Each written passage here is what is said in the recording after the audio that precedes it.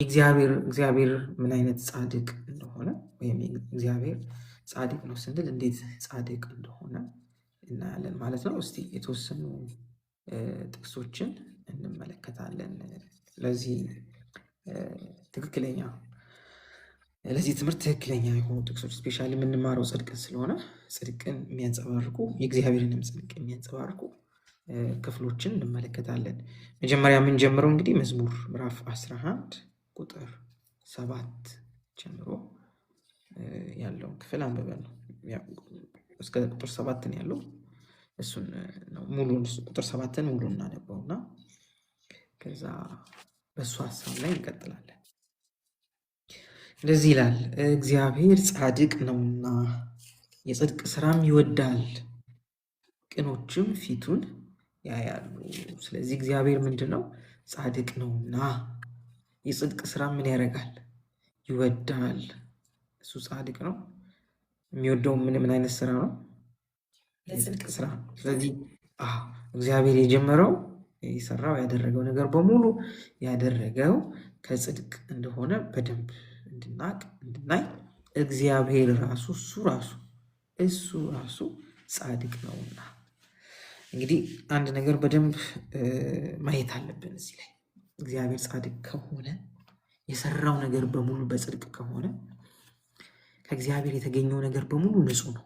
ምንም እንከን ያለበት የተበላሸ ኃጢአት የነካው ሞት ያለበት ምንድነው ክፉ ነገር ከሱ አልወጣም። ለምን? እርሱ የሚወደው የጽድቅ ስራ ነው እንጂ ከሰራ የሚሰራው ጽድቅ ማለት ንጹህ፣ ትክክል። ባለፈው ተርጉመናል። እስቲ የሚያስታውሰው ጽድቅ ማለት ምንድን ነው ብለናል?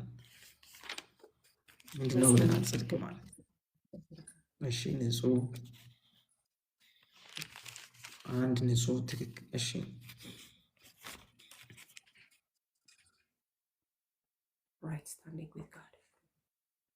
መብቃት። እሺ ብያለሁ። እንደሱም አዎ። እሺ፣ ሌላስ?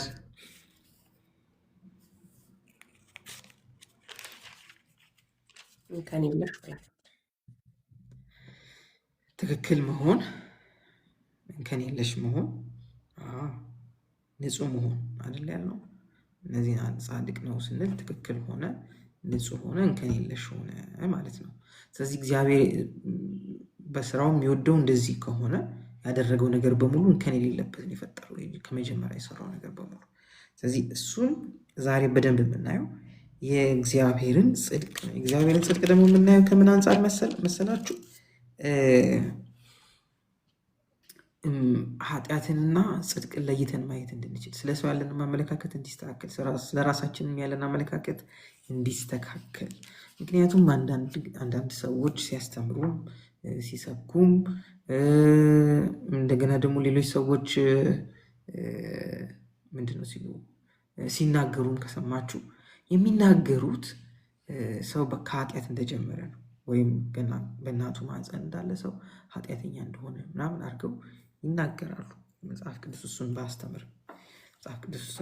አንድ ክፍል አለ፣ እሱንም የዳዊትን ነው የሚናገሩት። የዳዊትንም በትክክል ካለመረዳት ነው። በአመፃ ተጸነስኩ በኃጢአት ተወለድኩኝ የሚለው እሱን ይዘው ነው እንትን የሚያደርጉት ሰው ከኃጢአት እንደተወለደ የሚያደርግ። ግን እሱ ሙሉ ለሙሉ ስለ ዳዊት ከእናቱ ሆድ ጀምሮ ኃጢአተኛ መሆኑን የሚያሳይ ወይም ደግሞ የሚናገር ወይም ስለ ሰው ሁሉ የሚናገር አይደለም። ያ ክፍል የሚናገረው ዳዊት ከትዳሩ ውጭ የተወለደ ሰው ስለሆነ የአባቱ ከሌሎቹ ወንድሞቹ ከወለደችለት እናት የወለደው ልጅ ስላልሆነ ለዛ ነው በአመፃ ተጸነስኩ በኃጢአት ተወለድኩ የሚለው እንጂ ገና ከመጀመሪያ እግዚአብሔር ወደዚህ ምድር ሲልከው ኃጢአተኛ አድርጎ ልኮታል ማለት አይደለም። ለዚህ ነው ከእግዚአብሔር መጀመሪያ ያለብን። እንግዲህ እግዚአብሔር ጻድቅ ከሆነ የሰራው ነገር ሁሉ በጽድቅ ከሆነ ከመጀመሪያ ሰውን ሲሰራ እግዚአብሔር የሰራው ሰው በሙሉ የፈጠረው ሰው በሙሉ በራሱ መልክና አምሳል የፈጠረው ሰው በሙሉ ጻድቅ ነው። ጻድቅ ከሆነ እግዚአብሔር ውስጥ ኃጢአተኛ ሰዎች ሊወጡ አይችሉም። እግዚአብሔር ጻድቅ ነው። ጻድቅ ነው። ስለዚህ ሰውን በምን ፈጠረው? በመልኩና በአምሳሉ። ስለዚህ እግዚአብሔር ያለበት ቦታ ኃጢአት አለ? የለም። ስለዚህ ኃጢአት ያለው የት ነው? በሰው ዓለም ነው ያለው ኃጢአት እና በመላእክት ዓለም። በእግዚአብሔር ዓለምስ? በእግዚአብሔር ዓለም ሁሉ ነገር ንጹህ ነው እንደነበረው እንደመጀመሪያ፣ እንከን የለበትም። ሁሉም ነገር ትክክል ነው። ሁሉም ነገር ንጹህ ነው። ስለዚህ እግዚአብሔር ሰውን ሲፈጥር በመልኩና በአምሳሉ ሲፈጥር በእግዚአብሔር መልክና አምሳል የተፈጠረው ሰው ንጹህ ነው። ብዙ ጊዜ እናገራለሁ። ለምሳሌ አንድ ጠንቋይ ልጅ ቢወልድ ልጁ የመጣው ከእግዚአብሔር ነው። ጠንቋይ ልጅ ስለሆነ ኃጢአተኛ አይሆንም፣ ንጹህ ነው። ከእግዚአብሔር ነው የመጣው። ሰውን የሚያመጣው ወደዚህ ምድር እግዚአብሔር ነው። ሰይጣን ሰው አይፈጥርም፣ እናትና አባትም ሰው አይፈጥሩም። ሰው ሁሉ የሚጀመረው ከእግዚአብሔር ነው። ስለዚህ ከእግዚአብሔር የተጀመረ ሰው በማንም ቤተሰብ ይምጣ ሲመጣ የሚመጣው ወደዚህ ምድር ንጹህ ሆኖ ነው። ኃጢአትን የሚያውቀው እዚህ ምድር ከገባ በኋላ ነው። ለምን? እግዚአብሔር ጻድቅ ነው። ከእርሱ የወጣው ሁሉ ትክክል ነው፣ ንጹህ ነው፣ እንከን የለበትም፣ ምንም እንከን የለበትም። እግዚአብሔር የፈጠረው ሰው ሁሉ በመልኩና በአምሳሉ የፈጠረው ሰው በሙሉ ንጹህ ነው፣ ኃጢአት የሚባል የለበትም። ታዲያ መቼ ነው ኃጢአተኛ የሚሆነው? እዚህ ዓለም ከገባ በኋላ። ኃጢአት ያለበት ዓለም ውስጥ ከገባ በኋላ ነው ኃጢአትን ምን የሚያደርገው የሚያውቀው። እንደውም በደንብ ለመረዳት እንዲመቻችሁ በደንብ ግልጽ እንዲሆንላችሁ ስለምፈልግ ኃጢአት የሚባል ምንድን ነው? ፐርሰን ወይም አካል የለም። ኃጢአት የሚባል ፐርሰን ወይም አካል የለም። ኃጢአት ሮንግ ኖሌጅ ወይም የተሳሳተ እውቀት ነው። ሰው እግዚአብሔርና ራሱን በተሳሳተ እውቀት ያወቀበት ከእግዚአብሔር ሳይሆን ከሰይጣን የመጣ ክፉ እውቀት ነው። ይህን እውቀት ሰው የራሱ ባደረገ ጊዜ ነው ኃጢአተኛ የሆነው። እንግዲህ በደምብ ስሙኝ። ኃጢአት ድርጊት አይደለም። ኃጢአት መብላትም አይደለም። ፍሬ መብላት አይደለም። ኃጢአት ፍሬ ለመብላት የሚያስችለውን እውቀት መያዝ ነው። አመፅን በልብ መያዝ ነው። ሰው ወደ አለመታዘዝ የሚሄድበትን እውቀት ማግኘቱ ነው። ያን እውቀት እኮ ባገኝ ኖሮ ሰው እንደታዘዘ ይቀር ነበር። ወደ አለመታዘዝ የወሰደው እኮ ሰው እውቀቱ ነው። ስለ እግዚአብሔርና ስለ ራሱ የተሳሳተ እውቀት ስለያዘ ነው። እንደ እግዚአብሔር እንደምትሆኑ ስለሚያውቅ ነው እንዳትበሉ የከለከላችሁ እግዚአብሔር ብሎ ሰይጣን ነገራቸው። ይህንን ሲያምኑ ነው ወደ ድርጊቱ የገቡት። ይህም በአምኑ ኖሮ ድርጊቱ አያገቡ። አንደኛ ስለ እግዚአብሔር የተሳሳተ እውቀት ባይዙ፣ ሁለተኛ ስለ ራሳቸው የተሳሳተ እውቀት ባይዙ። ስለዚህ ከአዳምና ከሔዋን በሙሉ ለሁላችን እየወረደ የመጣ በደማችን የሚተላለፍ አይደለም ያለው፣ በእውቀት የሚተላለፍ ነው። እኛ ሁላችን የተቀበልነው ይህንን የውሸት እውቀት ነው። እኛ ሁላችን የተቀበልነው ሁላችን የተሳሳተ እውቀት ያለን እግዚአብሔር ላይና ራሳችን ላይ። ስለዚህ ይሄ እውቀት እስካለ ድረስ የተሳሳተ ድርጊት ማድረጋችን አይቀርም። የተሳሳተ ድርጊት ካደረግን አመፅን ማለት ነው። በማን? በእግዚአብሔር ላይ። ስለዚህ ይህን እያደረግን የኖርነው ኑሮ በሙሉ አመፅን ያመጣብን እውቀት ነው። በነገራችን ላይ ሰው ያለ እውቀት ምንም ነገር ማድረግ አይችልም። ሰው የሚኖረው እንደ እውቀቱ ነው። የሚያደርገውን ነገር ሁሉ ከእውቀት ነው የሚያደርገው። ስለዚህ እግዚአብሔር መልካም እና ንጹህ እና ቅን አድርጎ ሰው እንዴት እንደፈጠረው እንድናይ መዝሙር ምዕራፍ 7 ቁጥር 29 ላይ እንሂድ። መዝሙር ምዕራፍ 7 ቁጥር 29። አሁን መሰረታዊ የሆኑ እውቀቶች ነው የምናደርገው የምንቀይረው አስተሳሰቦች። ምክንያቱም በጣም ብዙ ሰው ስለነዚህ ኃጢአት ስለሚባለው ነገር ስለ ሰው ከእግዚአብሔር የተገኘው ሰው ከእግዚአብሔር የተወለደው ሰው ከመጀመሪያ እንዴት እንደመጣ ሰው መቼ ኃጢአት እንደነካው ምናምን ድብልቅልቅ ያለ ይሄ ኮንፊውዝድ የሆነ እውቀት ስላለ እሱም ጥርት አድርገን እናያለን ማለት ነው። 7:29 እንደዚህ ይላል፣ ይህን አንድ ነገር ብቻ አገኘው አለ ጠቢቡ ሰለሞን። ይሄ ሁሉ ጥበብ ወርዶለት አንድ ነገር ብቻ አገኘው አለ። ምንድነው ያ ነገር? እግዚአብሔር ሰውን ቅን አድርጎ መስራቱን። ማንን? ሰውን። እግዚአብሔር ምን አድርጎ መስራቱ? ቅን አድርጎ መስራቱ።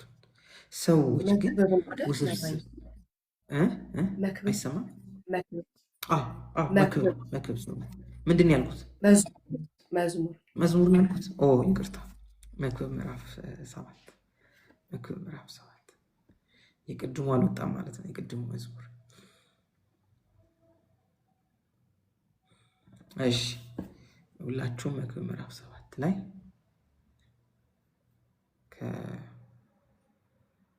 ከቁጥር 29 ነው የምናነበው። እንደዚህ ይላል፣ ይህን አንድ ነገር ብቻ አገኘሁ። አንድ ነገር ብቻ አገኘሁ። ምንድን ነው እሱ? እግዚአብሔር ሰውን ቅን አድርጎ መስራቱ። እስቲ ጅማሬ ቅን ነው በሉ። እግዚአብሔር ሲሰራ የሰራው ሰውን ሁሉ ምን አድርጎ ነው የሰራው? ቅን አድርጎ ነው የሰራው። ይሄንን አወቅኩ አገኘሁ አለ። ከዛስ ሰዎች ግን ውስብስብ ዘዴ ቀየሱ። እዚህ ምድር ላይ የምናየው ነገር በሙሉ እግዚአብሔር ያመጣው አይደለም፣ ሰው የቀየሰው። እግዚአብሔር ሰው እንዴት ነው ያመጣው? ቅን አድርጎ ንጹህ አድርጎ። ለምን? ጻድቅ ነው። የሚወደውም የጽድቅ ስራ ነው አይደል? ያነበብነው እንደዛ ላይ ያነበብነው መዝሙር 11 ላይ 11:7 ላይ እሱ ጻድቅ ነውና የሚወደውም ደግሞ ምንድን ነው? ጽድቅ ስራ ነው። እዚህ ጋር ደግሞ እንደምናየው አንድ ነገር ብቻ አገኘዋል፣ እግዚአብሔር ሰውን ቅን አድርጎ መስራቱ። በቃ አለቀ። እግዚአብሔር ከሰራ የሚሰራው እንደዚህ ነው። ስለዚህ ሰው ሁሉ ከመጀመሪያ ወደዚህ ምድር ሲመጣ፣ ለምሳሌ ልንገራቸው። ዛሬ አንድ ልጅ፣ ብዙ ልጆች ተወልደዋል ዛሬ በዓለም ዙሪያ ብዙ ልጆች ተወልደዋል ዛሬ። እነዚህ በሙሉ ልጆች ሲወለዱ ኃጢአተኛ ልጆች አልተወለዱ። ኃጢአተኛ ልጆች በነገራችን ላይ ኃጢአት ወደ ዓለም ገባ የተባለው ሮሜ ምዕራፍ 5 ስታነቡ ታገኙታላችሁ። ሮሜን እያነበባችሁ ስለሆነ ሮሜ ምዕራፍ 5 ምን እንደሚል ታውቃላችሁ? በአንድ ሰው አለመታዘዝ ኃጢአት ወደ ዓለም ገባ። ስለዚህ ዓለም ውስጥ የሰው ዓለም ውስጥ ኃጢአት ገባ እንጂ ሰው እዛ ገና ያልመጡት ሰዎች ጋር ኃጢአት የለም።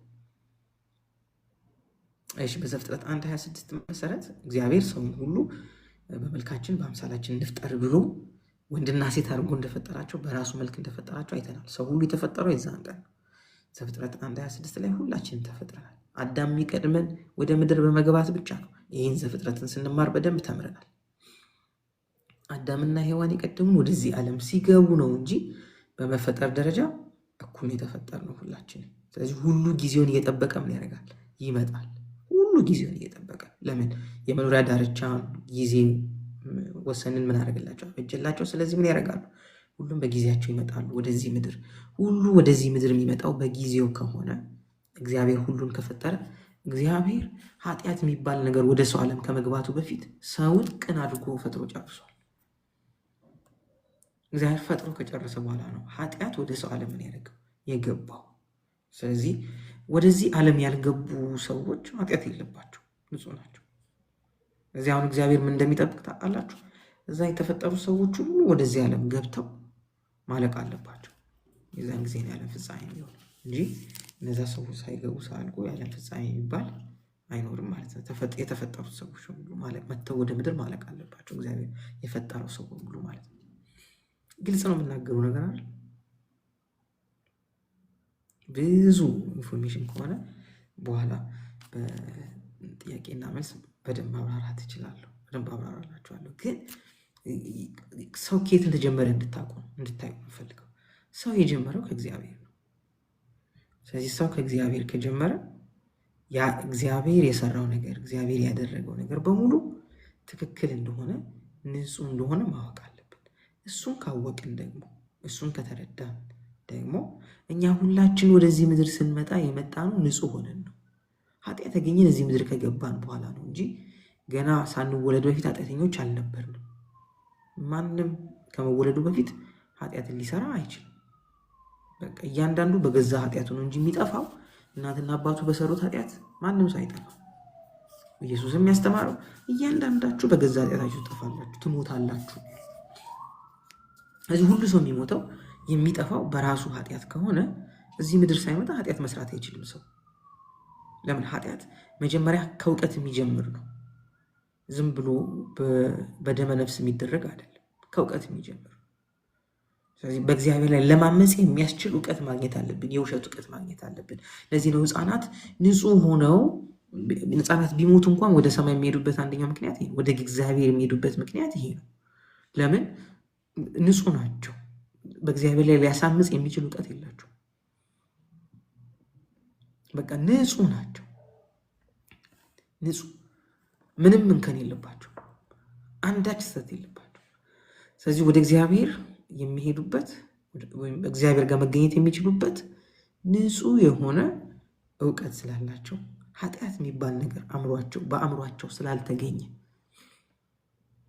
ፈጽሞ ኃጢአትን ሊሰሩ የሚያደርጉት አመፅን ከነሱ ውስጥ ሊያወጣ የሚችል ክፉ ነገር ስላልተገኘ ሰዎች ፈጽመው፣ ህፃናት ልጆች ፈጽመው ወደ ሲኦል ሊሄዱ አይችሉም። ለምን? ከእግዚአብሔር ነው የጀመሩት። ሲመጡ ንጹህ ናቸው ወደዚህ ምድር ሲገቡ። ስለዚህ በእግዚአብሔር ላይ የሚያመፁበትን እውቀት አግኝተው በእግዚአብሔር ላይ ማመፅ እስከሚጀምሩ ድረስ፣ ወደዛ እድሜ እስከሚገቡ ድረስ ሁሉም ህፃናት ንጹህ ናቸው። ለምን? እግዚአብሔር ከፈጠረ፣ እግዚአብሔር የፈጠረው ነገር ሁሉ ንጹህ ነው። እግዚአብሔር ከፈጠረ፣ እግዚአብሔር የፈጠረው ነገር በሙሉ እንከን የለበትም። ስለዚህ ምንድነው ሰው ወደዚህ ምድር ከገባ በኋላ፣ ወደዚህ ምድር ከመጣ በኋላ ምን ያደርጋል? ኃጢአትን በእውቀት በኩል ምን ለማድረግ ለማመፅ መቀበል ይጀምራል። ከዚህ ከውሸት አለ። ስለዚህ ክፉ እውቀት በመጣ ጊዜ፣ ክፉ እውቀት በተገኘ ጊዜ ነው ሰዎች ምን የሚያደርጉት? ክፉ ነገር ሲያደርጉ የሚገኙት። ክፉ እውቀት ካልተገኘ ሊያደርጉ አይችሉም። ለዚህ ነው አዳምና ሔዋን ሰይጣን የነገራቸውን ነገር እስከሚቀበሉ ድረስ ክፉ ነገር ሲያደርጉ አልተገኙም። ኃጢአት አልተገኘም በእነሱ ዘንድ። መቼ ነው ኃጢአት የተገኘው? ልክ የሰይጣንን እውቀት በተቀበሉ ጊዜ። ያንን እውቀት በተቀበሉ ጊዜ የዛን ጊዜ ምን ማመፅ ጀመሩ። ያውን እውቀት ሰው ካልተቀበለ አመፀኛ አይደለም። ግን ምንድነው አሁን በደንብ ላስረዳ የምፈልገው ነገር፣ ወደዚህ ዓለም ከገባን በኋላ መጀመሪያ የምናውቀው እውቀት እሱ ስለሆነ ፈጽሞ ከኃጢአት ከሚባለው ነገር ሰው ሊያመልጥ አይችልም። የምን ሁሉ ሰው ወደዚህ ዓለም ሲገባ ቀድሞ የሚያውቀው፣ ቀድሞ የሚሰማው፣ ቀድሞ የሚቀበለው ነገር በሙሉ የውሸት እውቀት ነው። ስለዚህ ያንን እውቀት ነው ሰው እዚህ ምድር ከመጣ በኋላ ኃጢአተኛ የሚያደርገው ወይም አመፀኛ የሚያደርገው። ሮንግ ኖሌጅ በመኖሩ፣ የውሸት እውቀት በመኖሩ ሰው ሁሉ ወደዚህ ምድር ከገባ በኋላ ያንን የውሸት እውቀት ሲቀበል አመፅን ለማድረግ፣ ለአመፅ ለመታዘዝ ምን ያገኛል? አቅም ያገኛል። እንግዲህ መጽሐፍ ቅዱስ እንደሚነግረን እውቀት ኃይል እንደሆነ፣ ጉልበት እንደሆነ ይነግረናል። ስለዚህ ሰው ያንን እውቀት ሲያገኝ ምን ያደርጋል? የሚያደርግበት አቅም አለው ማለት ነው።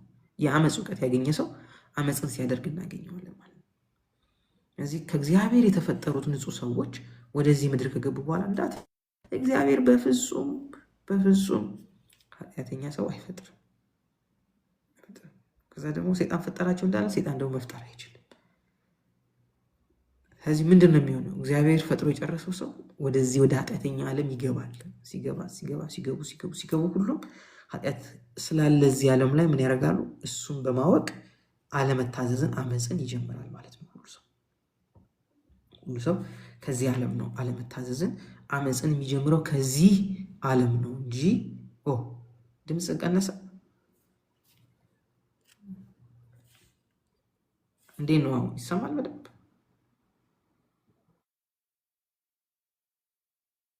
እሺ እስቲ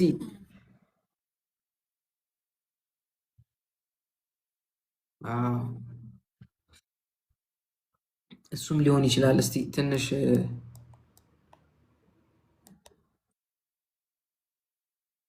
አይ ቲንክ እንደሱ ማድረግ አለብን መሰለኝ። እሺ ይሰማል አሁን በደንብ? ምልክት ስጡኝ ከተሰማ ደግሞ።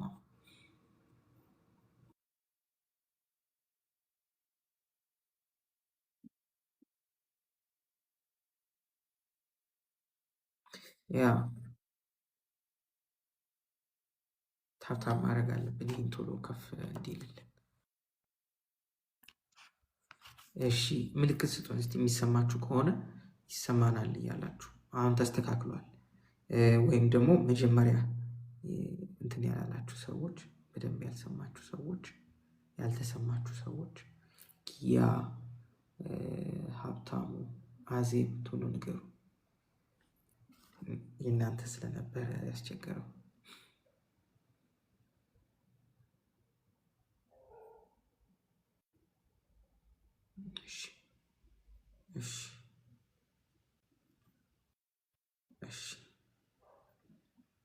መልካም መልካም ኦኬ። አሁን ምንድን ነው የምናደርገው? ሁላችንም ታብታባችንን ከፍ እናድርግ። ኩኪንም እንትን አድርጓታል፣ ፍሪዝ አድርጋለች። እሷ ቶሎ እንድትመጣ ሁላችንም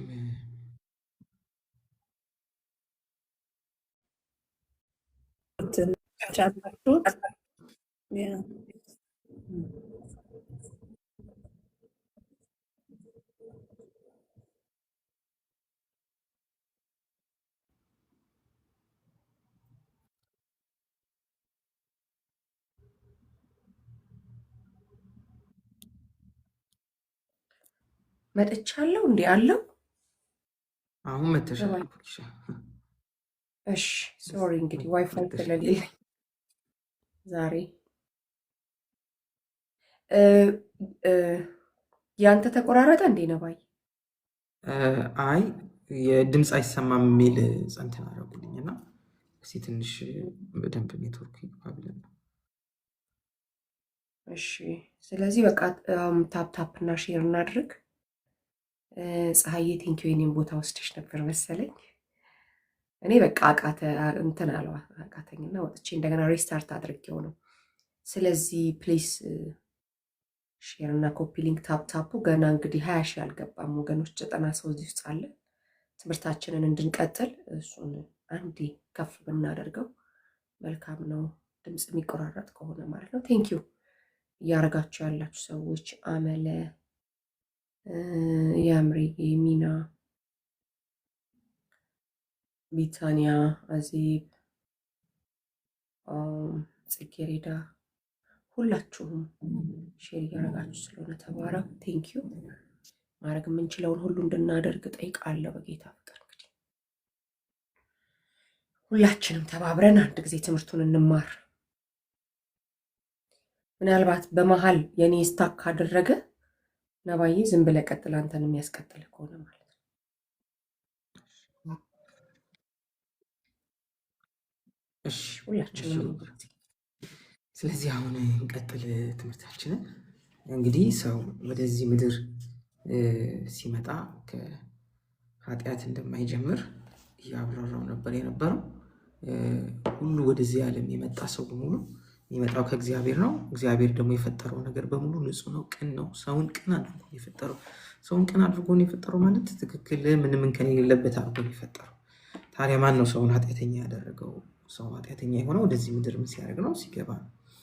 ስለዚህ ወደዚህ ዓለም ወደዚህ ምድር ደግሞ ሲገባ ስንል ያ ሁላችንም የመጀመሪያውን ፐርፌክት ዓለም አናቅም። ሁላችን የመጣ ነው። ሰው መወለድ የጀመረው ኃጢአት ከገባ በኋላ ነው። አዳምና ሔዋን ብቻ ነው ያንን ዓለም የኖሩት።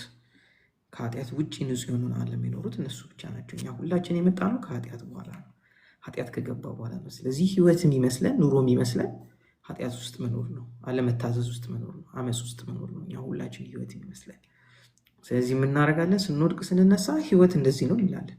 አይ ህይወት አይደለም፣ ይሄ ኃጢአት ያመጣው ውድቀት ውስጥ ገብተን የምንኖረው ኑሮ ነው እንጂ ህይወት ኢየሱስ መጥቶ ያሳየን የገለጠልን ነው። ኢየሱስ መጥቶ እስከሚገልጥልን ድረስ ህይወት አልታየም። ለዚህ ነው ህይወት ተገለጠ የተባለው። እስከዛ በፊትስ ህይወት በፍጹም አይታወቅም። ለምን? ሁሉ በሞት ውስጥ ነበር የነበረው። ሁሉ በሞት ውስጥ ነበር የነበረው። ሁሉም ሰው ለምን? የመጀመሪያዎቹ በህይወት የነበሩት ሰዎች አዳምና ሔዋን ነበሩ። እነሱ ሳቱ። ከዛ በኋላ ልጆች ተወለዱ። ስለዚህ የመጣ ሰው በሙሉ የሚያውቀው የኃጢአትን ዓለም ነው እንጂ ንጹሕን ዓለም አያውቅም። ማንም ሰው አያውቅም ንጹሕ ዓለም እንዴት እንደሆነ። ስለዚህ ነው መታመም፣ መሰቃየት፣ መቸገር፣ መፍራት፣ ማዘን፣ ማልቀስ፣ ጭንቀት ምናምን እነዚህ በሙሉ ህይወት ይመስለናል። ስለዚህ እንግዲህ በቃ ህይወት እያልን እንኖራለን። እነዚህም ለምን? ህይወትን ስለማናቅ የጀመርነው ከዚህ ስለሆነ ህይወት ብለን የምናስባቸው ነገሮች እነዚህ ናቸው፣ ግን አይደሉም። እነዚህ ህይወት አይደሉም። ህይወት ተገለጠ የተባለው ኢየሱስ ሲመጣ ነው። ኢየሱስ ደግሞ ምን አደረገው? ገለጠ፣ አሳየን። አይኖቻችን ያዩት ተባለ። ከዛ በፊት ምን አልተደረገም? አልታየም ነበር። ጆሮቻችን የሰሙት ተባለ። ከዛ በፊት አልተሰማም ነበር። በእጆቻችን የዳሰስ ነው ተባለ። ከዛ በፊት ማንም። ስለዚህ ህይወት የሚባለው ነገር የጀመረው እንግዲህ የታወቀው የታየው ኢየሱስ ከመጣ በኋላ ነው። ስለዚህ መውደቅ መነሳትን ህይወት አንልም። ህይወት እሱ አይደለም። እግዚአብሔር ህይወት ብሎ አያውቀውም እሱ። ለዚህ ነው ኢየሱስ መጥቶ ሙታን የእግዚአብሔርን ድምፅ የሚሰሙበት ጊዜ ቀርቧል አለ ዮሐንስ ወንጌል ምዕራፍ 6 ላይ ሲናገር አሉ። እነሱ አብዷል አሉ። ለምን? እነሱ በሙሉ ሕያው እንደሆኑ ስለሚያስቡ ማለት ነው። እንደውም አሁን እየሰሙ ነው አላቸው። ከዛ በቃ ለይቶለታል አሉ። ለምን? ሰው ሁሉ ሊኖር የነበረው በሞት ውስጥ ነው እንጂ ህይወትን አላየም። ስለዚህ ለዚህ ነው ጌታን ስንቀበል ምን አገኘን ሲባል የዘላለም ህይወት እንላለን። ያው ዘላለም ከሰው አልተወሰደም። የዘላለም ህይወት ማለት የእግዚአብሔር አይነት ህይወት ነው። ያጣነው ያንን ህይወት ስለሆነ የምንኖር የነበረው በሞት ውስጥ ስለሆነ ነው እንጂ መኖርማ ዘላለም ነው። ሲኦልም እኮ ሰው ዘላለም ነው የሚኖረው። ሰው እኮ አይጠፋም። የማይጠፋ ፍጥረት እኮ እንኳን ሰው ሴጣንም አይጠፋም። መጥፋት እኮ ቢችል እግዚአብሔር አጥፍቶት እርፍ እንል ነበር። የለም፣ አይጠፋም። ሴጣንም አይጠፋም፣ መላእክትም አይጠፉም፣ ሰውም አይጠፋም። መጥፋት አይችልም። ዘላለም የሚኖርበትን ቦታ ነው እንጂ መወሰን የሚችለው። ስለዚህ ዘላለም የምንኖርበት ቦታ እስከሚወሰን ድረስ ወይም ደግሞ መወሰን እስኪችል ድረስ አንድ ሰው ይሰበካል ማለት ነው። ህይወትን ተቀበል የተባለ ያ ህይወት ግን ዘላለም የሚያኖረው ሳይሆን ዘላለም ይኖራል ሰው ዘላለም የሚያኖረው ሳይሆን ያ ህይወት የእግዚአብሔር አይነት ህይወት ይዞ ዘላለም እንዲኖር ማለት ነው። ስለዚህ የዘላለም ህይወት የተባለው የእግዚአብሔር አይነት ህይወት ነው እንጂ አሁን እንደዚህ እንደምንወጣው እንደምንወርዱ አይነት ህይወት ሆኖ ዘላለም ማለት አይደለም። እሱ አይደለም ኳሊቲ ላይፍ። ይሄ በጣም ንጹህ፣ ቅን፣ ትክክል የሆነው እንከን የሌለበትን ያንን ህይወት ይዘን መኖር ማለት ነው። እስከ መቼ? ዘላለም በዛ ህይወት መኖር ማለት ነው። በምን አይነት ህይወት? እግዚአብሔር በሚኖረው አይነት የህይወት ልቀት፣ በዛ አይነት ልክ መኖር ማለት። ለዚህ ነው ህይወቱን ሰጠን። ህይወት ከክርስቶስ ጋር ህይወት ሰጠን። መጽሐፍ ቅዱስ ህይወት ሰጠን የሚለው ቆመን እየሄድን እኮ አልሞትም በስጋ። ስለዚህ የሚያወራው ስለዚህ ህይወት አይደለም ማለት ነው። የሰጠን ህይወት የራሱን ህይወት ስለሆነ የእግዚአብሔር አይነት ህይወት ማለት ነው። ስለዚህ ክሊርሊ ይህን እንድናቅ ያ ህይወት እግዚአብሔር ከመጀመሪያ ለሰው ሰጥቶት ነበር። ለዚህ ነው ሰው እኮ ወደቀ ሞተ የሚባለው እኮ በህይወት ስለነበር ነው። እሺ አንድ ነገር ልጨምርላችሁ። እንግዲህ እግዚአብሔር መልካም ስለሆነ፣ እግዚአብሔር ንጹህ ስለሆነ፣ እግዚአብሔር ቅን ስለሆነ፣ እግዚአብሔር ጻድቅ ስለሆነ ሁሉ ነገር ከንጹህ ከቅን ጀምሯል። እንግዲህ ሁላችሁ መቆም ወይም ደግሞ ከፍ ብሎ መኖር ስለነበረ ነው መውደቅ የሚባለው የመጣው። ጽድቅ ስለነበር ነው ኃጢአት፣ ሞት ምናምን የመጣው ህይወት ስለነበር ነው። እዚህ መጀመሪያ የነበረው ሁሉ ትክክል ነበር እግዚአብሔር የፈጠረው። እዚህ ሰው ከመጀመሪያ ምን ነበር? ጻድቅ ነበር። ጻድቅ ከመጀመሪያ እግዚአብሔር የፈጠረው ሰው ጻድቅ ካልሆነማ እንዴት ኃጢአተኛ ይሆናል? ጻድቅ ስለነበር እኮ ነው። ጽድቁን አጣ፣ ወደቀ ተባለ። የሰው ውድቀት ተባለ። ክብር ጎደለው ተባለ። በምን ነበር? በክብር ነበር። ሁሉ ሰው ምን ያለ ነበር? የከበረ ነበር። ሁሉ ሰው በቃ ሰው የሚባለው ፍጥረት ክብሩ ነው። እግዚአብሔር ያከበረው በማን ደረጃ? በእግዚአብሔር ልክ። ለዚህ ነው መዝሙር 8 እኮ የሚነግረን ይሄንን የክብርን የምስጋና ክብርና ዘውድ ላረክለት ጫንክለት ይላል። ለማን? ለሰው። በሁሉ ላይ ሾምከው፣ ከራስህ በጥቂት አሳነስከው። ስለዚህ ሰው ምን ያደረገ ነበር? የከበረ ነበር። በማን ልክ? በእግዚአብሔር ልክ። ማን ያከበረው? እግዚአብሔር። ይሄ ሰው ግን ምን አደረገ? ከዚህ ወደቀ፣ ከዚህ ክብር ወደቀ። ስለዚህ ቀድሞ የነበረው ክብር ነው፣ ውድቀት አይደለም። ቀድሞ የነበረው ጽድቅ ነው፣ ኃጢአት አይደለም። ቀድሞ የነበረው ደስታ ነው፣ ሐዘን አልነበረም። ቀድሞ የነበረው ሰላም ነው፣ ረብሻ አልነበረም። ሁሉ ነገር መጀመሪያ ቀድሞ የተገኘው መልካም ነገር ነው፣ መልካም ነገር ነው። ከዛ ከመልካም ነገር ስለወደቅን ስለጎደልን ነው አሁን እንደገና ጌታን ካገኘን በኋላ ወደ እግዚአብሔር ሕይወት ከተመለስን በኋላ ያንኑ ለማግኘት ምን የምናደርገው የምንማረው ማለት ነው። ለመመለስ በዛ አይነት ኳሊቲ ለመኖር የምንማረው ሕይወቱን ምን ማድረግ አለብን? መማር አለብን። ለምንድነው መማር ያለብን? የያዝነው እውቀት ብዙ የውሸት እውቀት ነው። ሁላችን ሰብስበን የያዝነው እውቀት የውሸት እውቀት ነው። ከዚህ ዓለም ነው ያገኘነው እውቀቱ። ስለዚህ ሕይወት እንዴት አይነት እንደሆነ አናውቅም እግዚአብሔር እስከሚያስተምረን ድረስ። ሕይወት እንዴት ኳሊቲ እንደሆነ አናውቅም እግዚአብሔር እስከሚነግረን ድረስ። ስለዚህ ሕይወት የሚመስለን ይሄ ስለሆነ ለምን ከዚህ ዓለም የተማርነው ይሄ ነው። ደስታ የሆነ ቀን የሚመጣ ነው የሚመስለን። አንዳንድ ሰዎች እንደሚሉት በጣም ደስ ያላቸው ቀን ላለቅስ ነው መሰለኝ ዛሬ ብዙ ሳኩ ምናምን ይላሉ። ለምን? ደስታው እንኳን ተመልሶ ወደ ሀዘን ሊለወጥ እንደሚችል ምን አለ? እውቀት አለ፣ ትምህርት አለ። ከዚህ ዓለም የሰበሰብነው የጸና ደስታ እንዳለን አይነገረንም። እዚህ ደስታችን ጊዜያዊ እንደሆነች የውሸት እንደሆነች ነው ይሄ ዓለም የሚነግረን። እዚህ ያገኘነው እውቀት በሙሉ የሰማነው ሮንግ ኖሌጅ በሙሉ ከዚህ ምድር የሰበሰብነው በሙሉ ከኃጢአት የመነጨ እውቀት ነው። እዚህ ነው መንፈስ ቅዱስ የሚመጣው ስለ እውነት ሊያስተምረን ነው። ለምን? በውሸት ውስጥ ስላለ የያዝነው እውቀት በሙሉ ከዚህ ከውሸት ዓለም ያወጣ። ስለዚህ ይሄኛው ዓለም ያስተማረን ምንድን ነው? ኃጢአትን ብቻ ነው ያስተማረን። ይሄኛው ዓለም የነገረን ነገር ምንድን ነው? ውድቀትን ብቻ ነው፣ ሽንፈትን ብቻ ነው፣ ሐዘንን ብቻ ነው፣ ጥላቻን ብቻ ነው፣ አለመብቃትን ብቻ ነው፣ ጉድለትን ብቻ ነው ያስተማረን። ስለዚህ እግዚአብሔር ወደ እኔ ኑ ምናምን ሲል እኔም በምን አቅሜ ምናምን እንላለን። ለምን? አለመብቃት ስለሆነ የሚሰማል። ስለዚህ ጸድቃችኋል ስንባልም በምን ስራዬ እንላለን። ለምን? ምንም ነገር እንደሌለን ስለምናቅ ማለት ነው። ጽድቅም ምን እንደሆነ ስለማናቅ ማለት ነው። አዳምና ሔዋን ሰርተው አይደለም የጸደቁት፣ ከኔቸራቸው ነው። ሲገኙ ጻድቅ ነበሩ። ብቃት አይደለም፣ ተምረው የደረሱበት ደረጃ አይደለም። በቃ እግዚአብሔር ጻድቅ ስለሆነ ከሱ የሚወጣው በሙሉ ንጹህ ነው፣ ጽድቅ ነው ከሱ የሚወጣው። ስለዚህ ሲገኙ የተገኙት በጽድቅ ነው።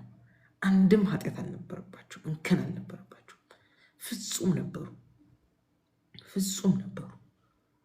ምንም ነገር አልነበረባቸው፣ እንከን የለሽ ነበሩ። ግን ምን ሆነ? የእውነትን እውቀት ትተው የውሸት እውቀትን መረጡ። ያ እውቀት ደግሞ እስከ ሞት ድረስ ይዟቸው ሄደ፣ ወይም እስከ ሲኦል ድረስ ይዟቸው ሄደ ሰውን በሙሉ። ለምን? በቀላሉ እንግዲህ እንትን ላሳያችሁ፣ ጥሩ ምሳሌ ላሳያችሁ።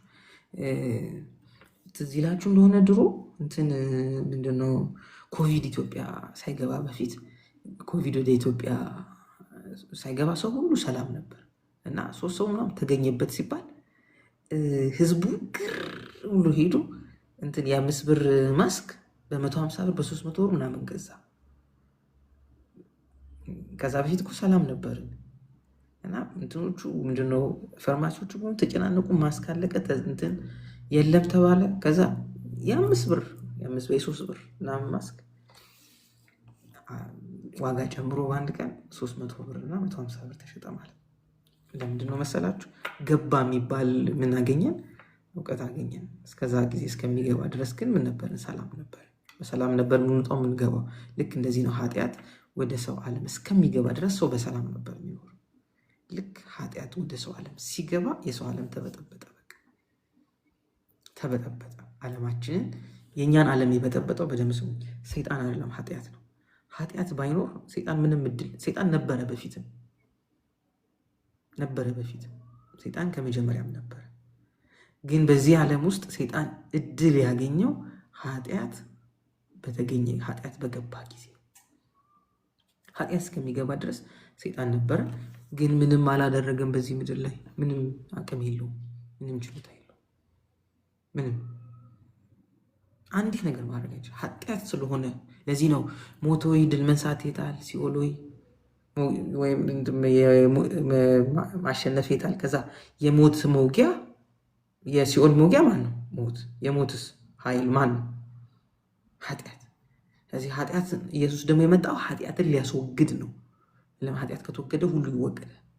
ኃጢአት ስለሆነ ለሁሉ ምክንያት ኃጢአት ነው እርግማን ያመጣብን፣ ኃጢአት ነው ሞት ያመጣብን፣ ኃጢአት ነው ሲኦልን ያመጣብን፣ ኃጢአት ነው ሰይጣንን ያመጣብን። ስለዚህ ኃጢአት ካልተወገደ እነዚህ በሙሉ አይወገዱም። ስለዚህ ኢየሱስ የመጣው ሰይጣንን ሊያስወግድ አይደለም። ኢየሱስ የመጣው ሞትን ሊያስወግድ አይደለም። ኢየሱስ የመጣው ሲኦልን ሊያስወግድ አይደለም። ኢየሱስ የመጣው ኃጢአትን ሩት ኮዙን ዋናው ምንጩን ሊያስወግድ ነው የመጣው። ሲመጣም ኃጢአትን የዓለምን ኃጢአት የሚያስወግድ ነው የተባለው። ሰይጣንን የሚያስወግድ አልተባለም። ሞትን የሚያስወግድ አልተባለም። የዓለምን ኃጢአት ምን የሚያደርግ የሚያስወግድ የእግዚአብሔር በግ። ምክንያቱም ዓለም የተቸገረችው በኃጢአት ነበር። ሰው ያቃተው ኃጢአት እንዴት እንደሚያስወግድ።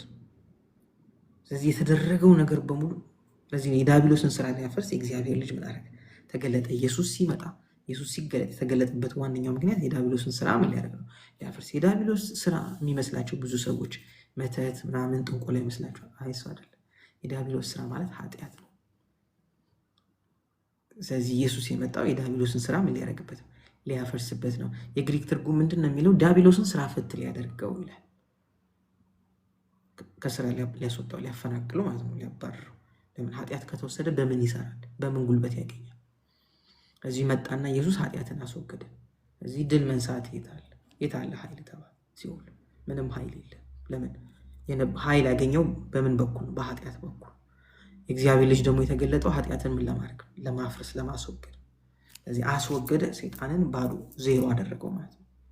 አሁን ሰዎች እግዚአብሔር በክርስቶስ ኢየሱስ ያዘጋጀው መድኃኒት ስላልተቀበሉ ነው እንጂ ወደ ሲኦል የሚሄዱት በኃጢአታቸው ምክንያት አይደለም። በደም ስሙ ያለው ዓለም ላይ ያለው ኃጢአት በልጁ አለማመን ነው። በልጁ አለማመን ነው ዓለም ላይ ያለው ኃጢአት እንጂ የዓለምን ኃጢአት ምን አድርጓል? ኢየሱስ አስወግዷል። የዓለም ኃጢአት ተወግዷል። የዓለምን ኃጢአት የሚያስወግድ የእግዚአብሔር በግ ነው ያለው ዮሐንስ ገና ሲመጣ አየሁና እኔም እንደውም አላወኩትም ነበር አለ። ለምንድነው አላወኩትም የሚለው? ዘመዳሞች ነበሩ፣ ግን የሚያውቀው እንደ አክስት ልጅ ነው እንጂ የሚያውቀው የዓለምን ኃጢአት የሚያስወግድ የእግዚአብሔር በግ እንደሆነ አዳኝ መሲህ እንደሆነ ምን አላደረገም? ማን እስከሚገልጥለት? መንፈስ ቅዱስ እስከሚገልጥለት ድረስ። መንፈስ ቅዱስ ሲገልጥለት የገለጠለት የዓለምን ኃጢአት የሚያስወግደው እሱ ነው ብሎ ነው የገለጠለት። ስለዚህ ኢየሱስ የመጣው የዓለምን ሁሉ ኃጢአት ምን ለማድረግ ነው? ለማስወገድ ነው። ለማስወገድ ነው። ስለዚህ የዓለም ኃጢአት ምን አድርጓል? ተወግዷል። የማን የዓለም ኃጢአት ማለት? የሰው ሁሉ ኃጢአት። የሰው ሁሉ ኃጢአት ምን አድርጓል? ተወግዷል። በማን በኩል? በአንዱ በእግዚአብሔር ልጅ በኩል። ስለዚህ ኃጢአት አሁን ሰይጣን ሊሰራበት የሚችልበትን አቅም አጥቷል። ለምን? አስወግዶታል። በመስቀል ላይ ጠርቆ ምን አደረገው? አስወገደው ይላል። ከምን? ከመንገዳችን። ይህን ያደረገው ኢየሱስ ብቻ ስለሆነ፣ ስለዚህ ይሄ ከተደረገ በኋላ ኃጢአት ከተወገደ በኋላ ታዲያ ሰው አሁን ኃጢአት የለም ወይ? ኃጢአትማ አለ። ያለው ግን በልጁ ምን አለማድረግ? አለማመን። በልጁ አለማመን። በልጁ አለማመን። ሰው ስለማያምን ነው የሚፈረድበት እንጂ ይህን ዮሐንስ ወንጌል ምዕራፍ 3 16-18 ድረስ በደንብ ያብራራልናል። በእርሱ የማያምን ደግሞ አሁን ምን ተደርጎበታል? ተፈርዶበታል። የተፈረደበትም ደግሞ በልጁ ምን ስላላረገ ነው? ስላላመነ ነው። ስላላመነ ነው። ይሄ አለማመን ሲገድል፣ ሲጠጣ፣ ሲሰርቅ፣ ሲዘሙት ምን ሲያደርግ ሊያስገኘው ይችላል። ይሄ አለማመን እነዚህን ሁሉ ሊያፈራበት ይችላል እንጂ እነዚህ አይደሉም ኃጢአት የሚባሉት። ኃጢአት የሚባለው ሰው ስለ እግዚአብሔርና ስለ ራሱ የያዘው የተሳሳተ እውቀት ነው። ያ የተሳሳተ እውቀት ነው በእግዚአብሔር ላይ አመፀኛ የሚያደርገን። ያ የተሳሳተ እውቀት ነው። ስለ ራሳችን የተሳሳተ እውቀት ስላለን ነው እግዚአብሔር እንደማይወደን እንደማይፈልገን እያሰብን የምንኖር፣ ከእግዚአብሔር ተቃራኒ እየሰራ እንድንኖር የሚያደርገን ይሄ የተሳሳተ እውቀት ነው። ያ ኬት መነጨ? ከውሸት አባት ከሰይጣን። ውሸት ኬት መነጨች ካላችሁ እግዚአብሔር ከተናገረው ቃል ሰይጣን አመነጨ። በደንብ ስሙ። ይሄን እግዚአብሔር እውነትን ተናገረ። እውነት ከሌለ መዋሸት አይቻልም። ለመዋሸት እውነት ያስፈልጋል። እውነት በሌለበት በምን ይዋሻል? ስለዚህ ውሸት ዝም ብሎ መመንጨት አይችልም። ስለዚህ ውሸት እንዲገኝ ቀድሞ እውነት መገኘት አለበት። እዚህ ሰይጣን መጥቶ በውኑ እግዚአብሔር ከዚህ አትክልት ስፍራ ውስጥ ካሉ ዛፎች በሙሉ እንዳትበሉ ብሏልን ብሎ አንድ ጥያቄ አነሳ። ለምን? እግዚአብሔር ቀድሞ እውነት ስለተናገረ። ስለዚህ የእሱ ያነሳው ነገር ውሸት ነው አላለም። በሙሉ እንዳትበሉ አላለም። ከአንዱ በስተቀር ነው እንዳትበሉ ያለው። ስለዚህ አጣሞ ጀመረ፣ ውሸት አድርጎ ጀመረ። የማን ቃል ላይ? የእግዚአብሔር ቃል ላይ። ስለዚህ ኢየሱስ ጋርም ሲመጣ ችኑ አጣሞ ነው የመጣው። የእግዚአብሔር ልጅ ከሆንክ አንተ ይህንን ድንጋይ ዳቦ ማድረግ ጀምር። ስለዚህ ከእውነት ላይ ነው ምን የሚነሳው? ውሸት የሚነሳው። እውነት በሌለበት ውሸት ሊገኝ አይችልም። ያ ማለት ምን መሰላችሁ? ውሸት አቅም የለውም። ውሸት ለመኖር ግዴታ እውነት ይፈልጋል። ያለ እውነት ውሸት ሊገኝ አይችልም። እንገራችሁ፣ ጤንነት መኖር አለበት ሰው እንዲታመም። የታመመ ሰው ሊታመም አይችልም። በቃ ታሟል። እዚህ ሁላችሁ ሁሉ ነገር ቀድሞ ትክክል ነበር። ህይወት ሰው በህይወት መኖር አለበት ለመሞት። ሰው ጻድቅ ሆኖ መገኘት አለበት ኃጢአተኛ ለመባል። ስለዚህ ከመጀመሪያ ሁሉ ነገር ትክክል ነበር። ከዛ የመጣው ነው ውሸት። ከዛ የመጣው ነው የተጣመመው። ከዛ የመጣው ነው የተበላሸው። ስለዚህ ለዚህ ነው ኢየሱስን አንድ ጊዜ መጥተው ስለ ትዳር ሲጠይቁት እንደዚህ አለ፣ ከመጀመሪያ እንዲህ አልነበረም አላቸው። ከመጀመሪያ እንዲህ አልነበረም። ከመጀመሪያ እግዚአብሔር ያሰበው፣ ከመጀመሪያ እግዚአብሔር ያቀደው፣ ከመጀመሪያ እግዚአብሔር የሰራው ነገር በሙሉ እንደዚህ አልነበረም። ታዲያ ምንድን ነው እንደዚህ ያጣመመው ነገሩ ሁሉ? ኃጢአት የሚባለው ክፉ እውቀት ሰውን በሙሉ የተሳሳተ ነገር እያደረገ እንዲኖር አደረገው። ኃጢአት ነው ሰው እንደዚህ እንዲኖር ያደረገው። ስለዚህ ይሄ የተሳሳተ እውቀት ባለበት ቦታ በሙሉ ሰው ከእግዚአብሔር ጋር በትክክል ሊኖር አይችልም። ለምን? አመፅ ኦልሬዲ በልቦ አለ። ያ ክፉ እውቀት ባለበት ቦታ በሙሉ አመፅ አለ። ያ ክፉ እውቀት ደግሞ የመነጨው ከሰይጣን ውሸት ነው። ሰይጣን ደግሞ ያችን ውሸት መፍጠር ስለማይችል ውሸትን መፍጠር ስለማይችል ሁልጊዜ የተነገረ እውነት መፈለግ አለበት። ያንን እውነት ስለሆነ የሚያጣምሙ የተነገረው እውነት ስለሆነ፣ ስለዚህ ሰይጣን የሚችለው ይህን ብቻ ነው፣ ማጣም። ሁሉም ነገር ነው ያጣምሙ። በነገራችን ይኸውላችሁ እግዚአብሔር መብልን የምግብ ስርዓት በንጽህና ነው የፈጠረው ለሰው። ሰይጣን መጥቶ ያጣመመው እሱ ነው። ሁሉም ነገር ይኸውላችሁ ለምሳሌ እንባ፣ ይሄ ለቅሶ ምናምን እግዚአብሔር አልፈጠረውም። ሆርሞን ራሱ የለንም። በጣም የደስታ ሆርሞን በጣም ከመጠን በላይ ስንለቅ ነው የምናለቅሰው። ለሀዘን ብሎ እግዚአብሔር የፈጠረልን ነገር የለም። የፈጠረልን ነገር ሁሉ ፐርፌክት ንጹህ ነገር ነው የፈጠረልን። ከዚህ ምን ያደርገዋል? ያጣምመዋል። ለምሳሌ ሴክሹዋል ፊሊንግን የፈጠረ እግዚአብሔር ነው። ለምንድን ነው የፈጠረው? ሰዎች በምድር ላይ እንዲበዙ ስለሚፈልግ። በሚበዙበት ሰዓት ደግሞ በሀዘን እንዲያደርጉት አይፈልግም። የሚያደርጉትን ነገር በሙሉ ሰዎች በደስታ እንዲያደርጉት ነው የሚፈልገው። ስለዚህ ባልና ሚስቶች ልጆች ለመውለድ ወይም እናትና አባት ልጅ በመውለድ ባለው ሴክሹዋል ግንኙነት ውስጥ በሙሉ እግዚአብሔር ሰው ደስታ እንዲያገኝ አድርጓል። ሰይጣን ግን ይህንን ምን ያደርገዋል? ያጣምመዋል። ሁሉም ነገር ነው ያጣመመው ሰይጣን። እግዚአብሔር ግን ከመጀመሪያ ሁሉን ምን አድርጎ ፈጠረ? ቅን አድርጎ ፈጠረ። እዚህ መብላት ምንም ችግር የለውም፣ እንትን ምንም ችግር የለውም። ሁሉ ግን ምን አድርጓል? በውሸት እውቀት ተጣሟል። ሁሉ ነገር ጥም ብሏል። ትክክለኛውን እውቀት አጥቷል።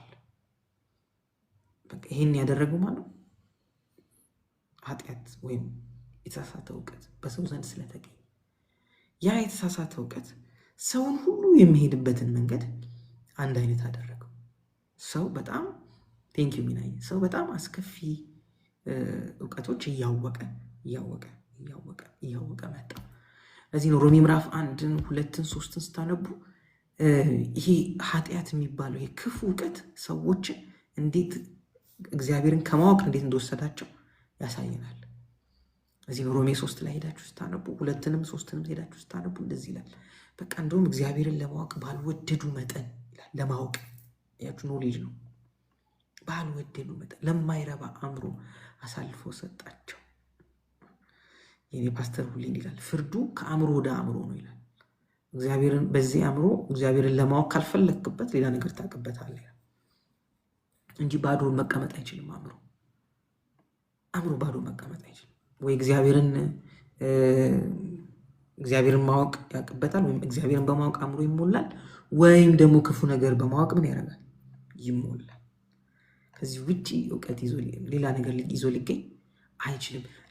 በሰው ዘንድ የሚገኙት እውቀቶች በሙሉ ከየት እንደመነጩ ማጣራት አለብን ማለት ነው። ለምሳሌ አሁን አንዳንድ ጊዜ ትህትና የሚመስሉን እኔ እፈራለሁ፣ እኔ አልችልም፣ እንደዚህ አይደለም ምናምን የምንላቸው ከየት ነው ያመጣናቸው እነዚህ እውቀቶች? ለምን ኢየሱስ እንደሱ ሲል አናገኘው? እኔ የማረባውን ልጅህን ምናምን አይልም። ሊጸልይ ቆምና አባቱ እንደምትሰማኝ አውቃለሁ። ከዛ ምን ያደርጋል? ና አልዓዛር ውጣ ይላል። ስለሰማኝ አመሰግናለሁ፣ በቃ ይህን ምግብ ስለሰጠን ብሎ ባርኮ ቆርሶ ሰጣቸው ይላል። ከዛ ምን አደረጉ? በሉ። ሁሉም 5,000 ምንም የጎደለ 12 መሶብ ተሰበሰበ፣ ተረፈ፣ አለቀ። ምን እንደሆነ ታውቃላችሁ? ለውጥ ኢየሱስ ያለው አስተሳሰብ የጻድቅ ሰው አስተሳሰብ በጽድቅ የተሞላ ነው። ክፉ እውቀት የለበትም።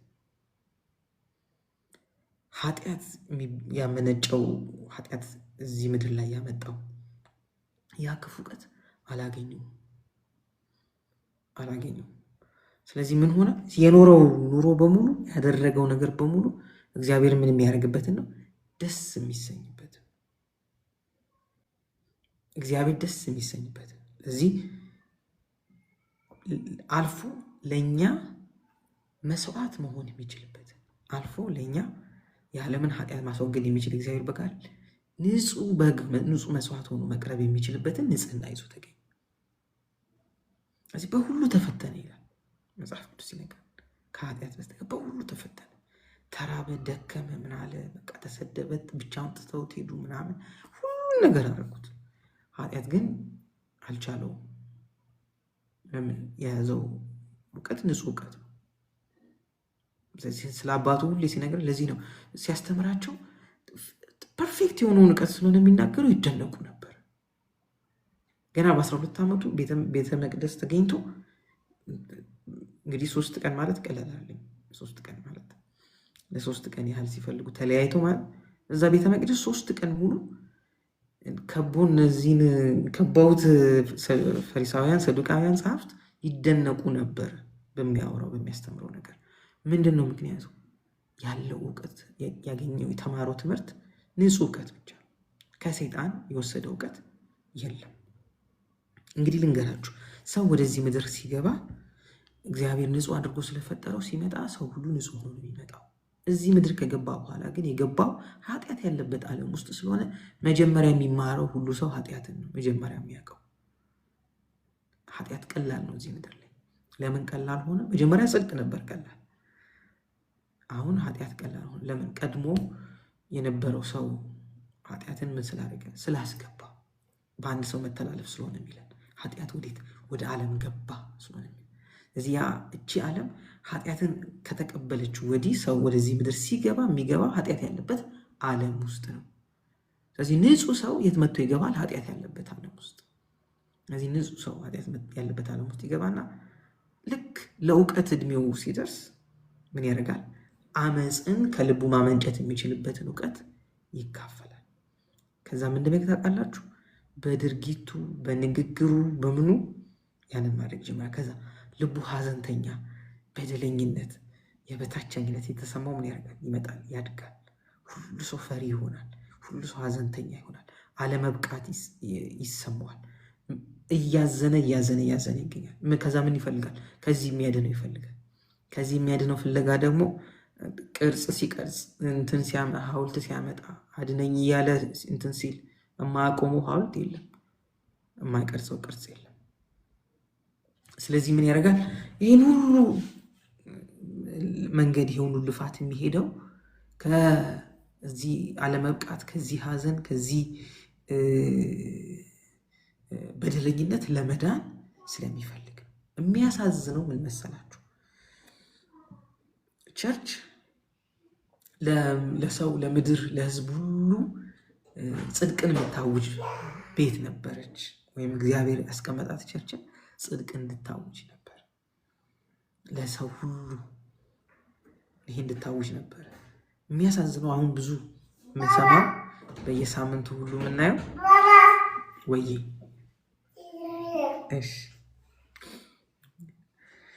በየሳምንቱ እሑድ ጠዋት ብንሄድ የምናየው ሰው የሚጀምረው ከክስ ነው። ሰው የሚጀምረው ከሐዘን ነው። ሰው የሚጀምረው ከበደለኝነት ነው።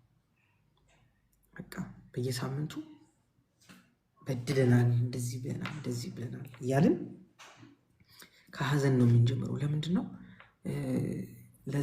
ጽድቅ እንድታውጅ የተቀመጠችዋ፣ አስታራቂ እንድትሆን የተቀመጠችዋ ቤተክርስቲያን ምን ሆነች? ራሷ በደለኛ፣ ራሷ ኃጢአተኛ፣ ራሷ አለመብቃት ያለባት ሆነች። ለምን? ይህንን ጽድቅ ምን ባለማድረጋችን፣ ባለመረዳታችን፣ ይህንን ጽድቅ ባለማወቃችን። ስለዚህ እግዚአብሔር ለሰው ከመጀመሪያ የሰጠው ትክክል የሆነውን ንጹህ የሆነውን ጽድቅ ለሰው ልጆች ሁሉ ሰጥቷል።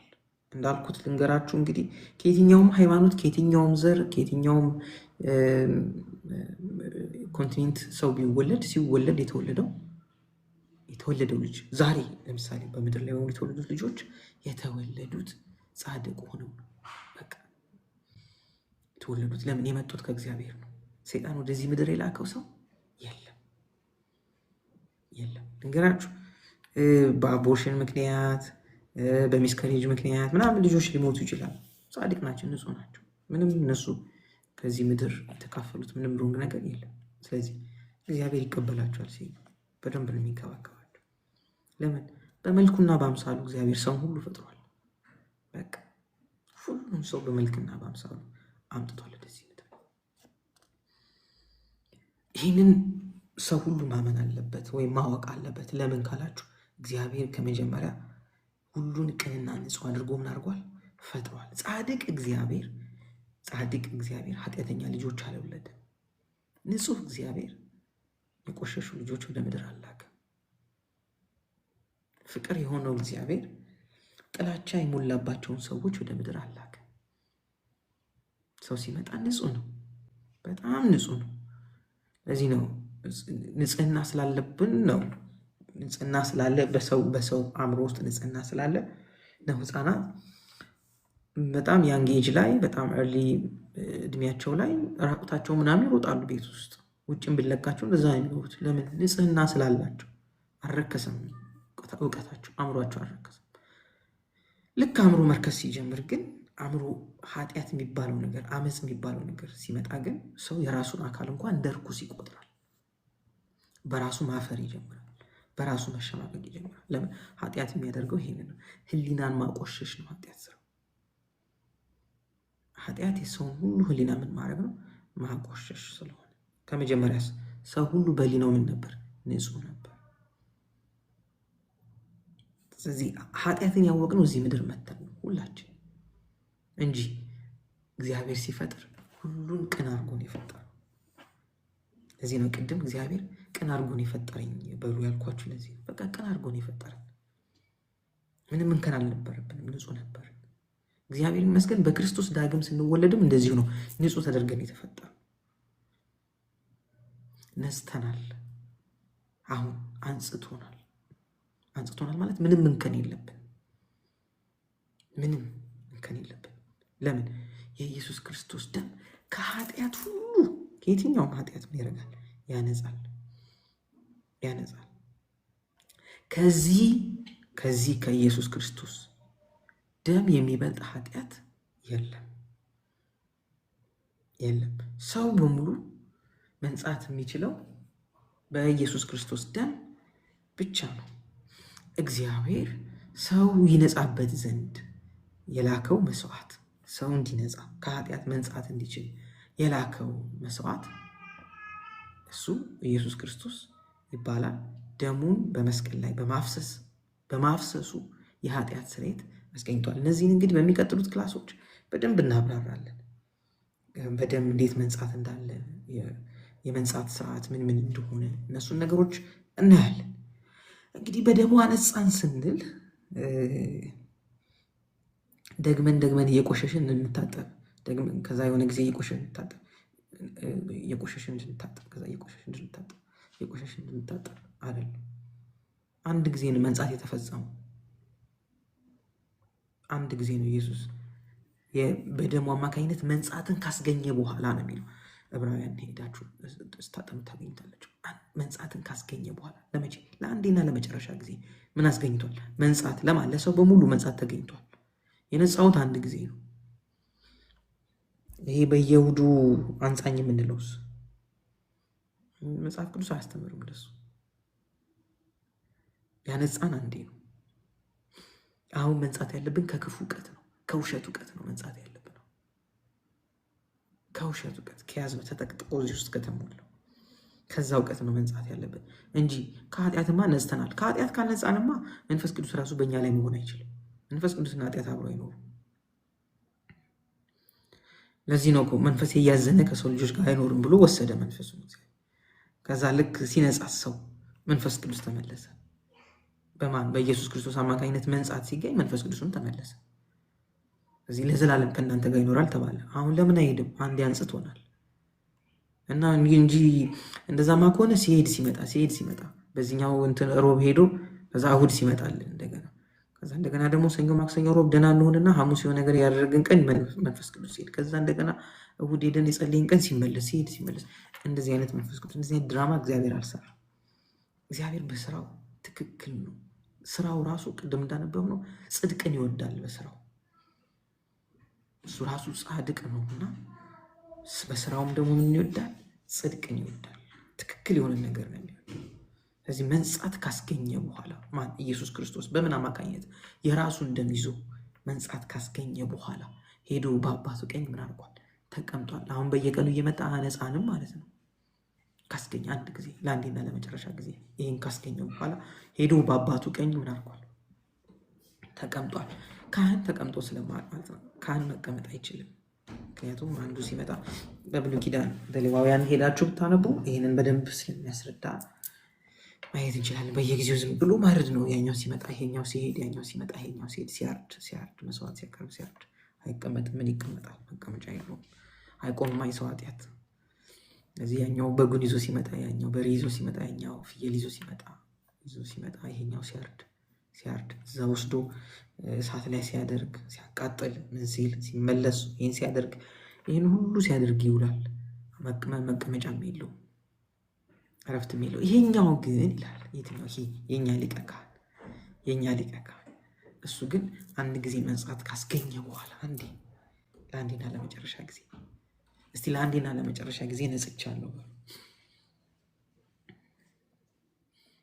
እሑድ አይደለም የምንነጻው። ለአንዴና ለመጨረሻ ጊዜ ምን አድርጎናል? አንጽቶናል። ካነጻንስ በኋላ በአብ ቀኝ ወስዶ ምን አድርጎናል? አስቀምጦናል። እኛ ሳንነጻ በአብ ቀኝ ሄዶ መቀመጥ አይቻልም። ማን ያስቀምጠናል? ማን ያስገባናል? ኬት በምን ድፍረት ነው? በምን ብቃት ነው ሄደን የምንገኝ?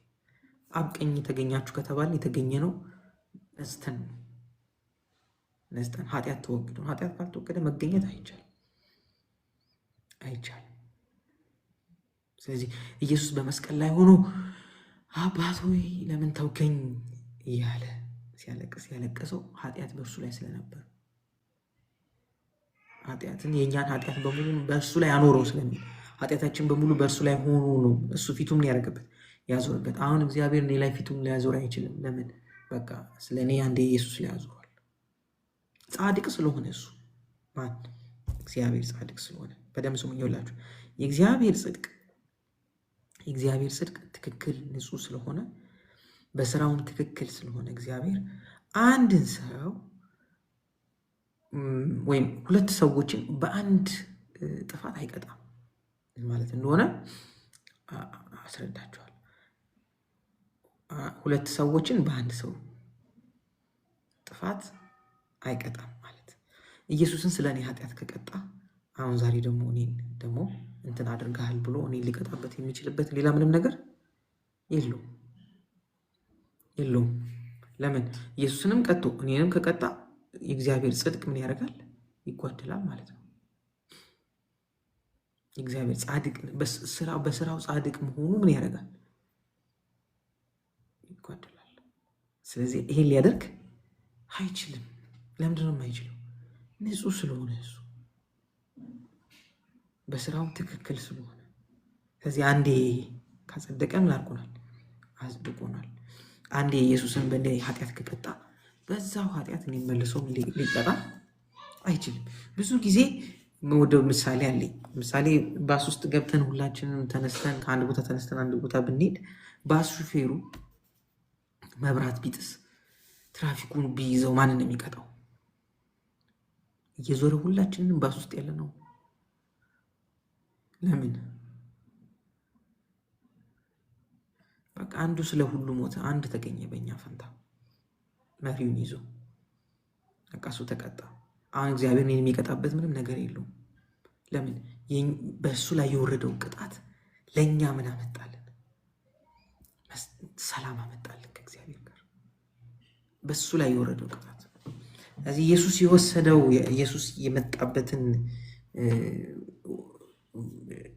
ኃጢአት የመጣበትን ውርደት የመጣበትን ነገር በሙሉ የተቀበለው እኔ እንዳልቀበል፣ በሌላ አገላለጥ እኔን ቅጣት ነው የወሰደው። እሱ ኃጢአት ሰርቶ አይደለም። ምን ኃጢአት ሰራ? ምንም አልሰራም ብለናል ባለፈው ሳምንት።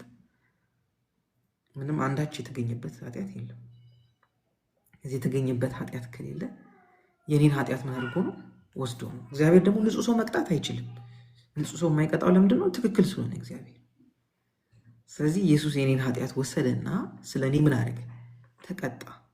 ስለዚህ አሁን እኛ ንጹህ ነን። እኛን ሊቀጣ አይችልም። ለምንድን ነው የማይችለው? ጻድቅ ስላልሆነ አይደለም። የማይችልበት ምክንያት እኛ በጣም ከትላንትናው በጣም ጥሩ ሰዎች ሆነን ተሻሽለን ነው አይደለም። ስለኛ አንድ የተቀጣ ስላለ ማለት ነው። ስለዚህ ይውላችሁ እግዚአብሔር አሁን በደምብ ስሙ። እግዚአብሔር አሁን እኛን እየተከታተለ የሚቀጣ ከሆነ ኢየሱስ የከፈለውን መስዋዕት አልተቀበለም ማለት ነው።